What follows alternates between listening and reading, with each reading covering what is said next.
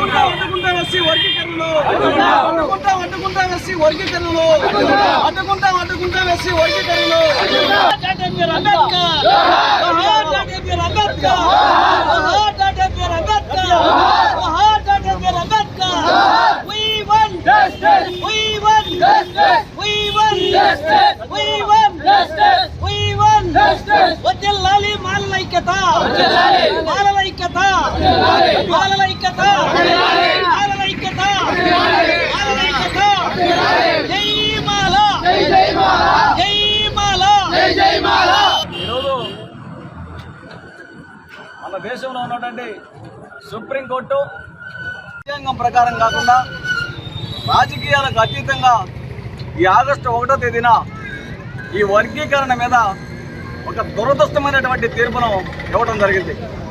దీన్ని ఖండిస్తూ వ్యతిరేకిస్తూ ఈ దేశంలో ఉన్నటువంటి అంబేద్కర్ గారి వారసులు, అభిమానులు, అనుచరులు, వర్గీకరణ వ్యతిరేక పోరాటవాదులు అందరూ కలుసుకొని మరి మొన్న ఆగస్టు 22న భారత బంద్ను మరి జయదీప్యమానంగా విజయవంతం చేసి ఢిల్లీ పెద్దల యొక్క గుండెలు గల్లుమనే విధంగా చేయడం జరిగింది.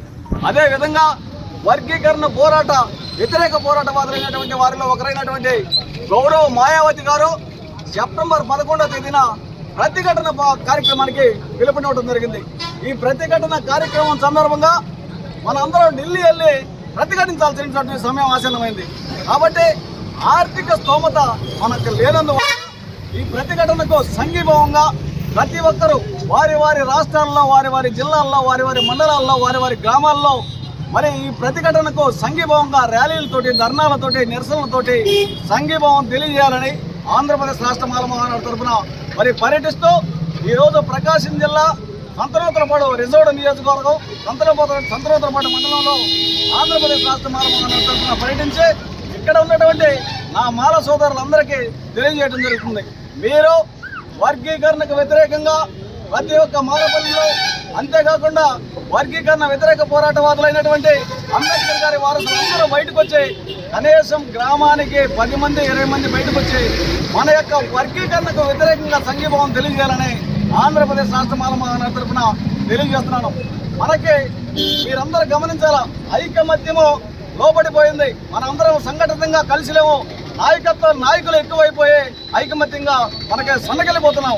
కాబట్టి వర్గీకరణకు ఎవరు ఏ కార్యక్రమాన్ని తలపెట్టినా మన అందరం కార్యకర్తల్లాగా ఆ వర్గీకరణ వ్యతిరేక పోరాట కార్యక్రమానికి వెళ్ళి మన సంఘీభావాన్ని తెలియజేసి ఆ కార్యక్రమాలను జయప్రదం చేయాలని ఆంధ్రప్రదేశ్ రాష్ట్ర మాల మహానాడు తరఫున మరి ప్రతి ఒక్క వర్గీకరణ వ్యతిరేక పోరాటవాదికి తెలియజేస్తున్నాను. అంతేకాకుండా రేపు 22 ఒంగోలులో తలపెట్టినటువంటి దళిత సంఘాల ఐక్యవేదిక తరఫున హలో మాల చెలో ఒంగోలు కార్యక్రమాన్ని కూడా తలపెట్టడం జరిగింది మన పెద్దలు. ఈ కార్యక్రమానికి కూడా ప్రతి ఒక్కరూ తమ వంతుగా మరి నాకు పని ఉంది అది ఇది అనేది అనుకోకుండా ప్రతి ఒక్కరూ వర్గీకరణకు వ్యతిరేకంగా ఏ కార్యక్రమాన్ని ఎవరు తలపెట్టినా మీరు అక్కడికి వెళ్ళి సంఘీభావం తెలియజేయాలని మాల మహానాడు తరఫున మీ అందరికీ విన్నవించుకుంటున్నాను. అంతేకాకుండా నిన్న మందకృష్ణ గారు మాట్లాడతాడు, మాలలో మనువాదులని. మాలలో మనువాదులు కాదు, మాలలో రాజ్యాంగ పరిరక్షకులు, అంబేద్కర్ గారి వారసులు, ప్రజాస్వామ్యవాదులు ఈ దేశంలో మరి రాజ్యాంగ హక్కులను కాలరాస్తుంటే మరి దశాబ్దాల కాలంగా ఈ మాలలో మాత్రమే రాజ్యాంగ హక్కులు కాలరాయకుండా అగ్రకుల పార్టీల మీద పోరాటాలు చేస్తూ ఉన్నారని మందకృష్ణ గారికి తెలియజేస్తున్నాను. మీ అందరూ గమనించుకోవాలా, ఈరోజు సోదరుడు మందకృష్ణ తెలంగాణ రాష్ట్రంలో పబ్లిక్ సర్వీస్ కమిషన్ చైర్మన్ గారిని కలిసి ABCD వర్గీకరణ అమలుపరచాలని అడగడం జరుగుతుంది. సిగ్గుచేటని నేను అడుగుతున్నాను. ఈ పబ్లిక్ సర్వీస్ కమిషన్ చైర్మన్ ఎవరు, ఆయనకేం అర్హత, ఆయన ఎవరు ఇంప్లిమెంట్ చేయడానికి, నువ్వెవరు అడగడానికి, నీకేం పని, నువ్వెవరు ముఖ్యమంత్రివా, గవర్నర్వా, ప్రధానమంత్రివా, రాష్ట్రపతివా? మరి మందకృష్ణ గారికి పిచ్చి ఎక్కువైంది. ఈ వర్గీకరణ ఏబిసిడి వర్గీకరణ ఇంప్లిమెంట్ చేయాలని మరి కలెక్టర్ల గాడికి, ఆర్టీఓల గాడికి, కమిషన్ చైర్మన్ల గారికి అందరి కాడికి తిరుగుతున్నాడు.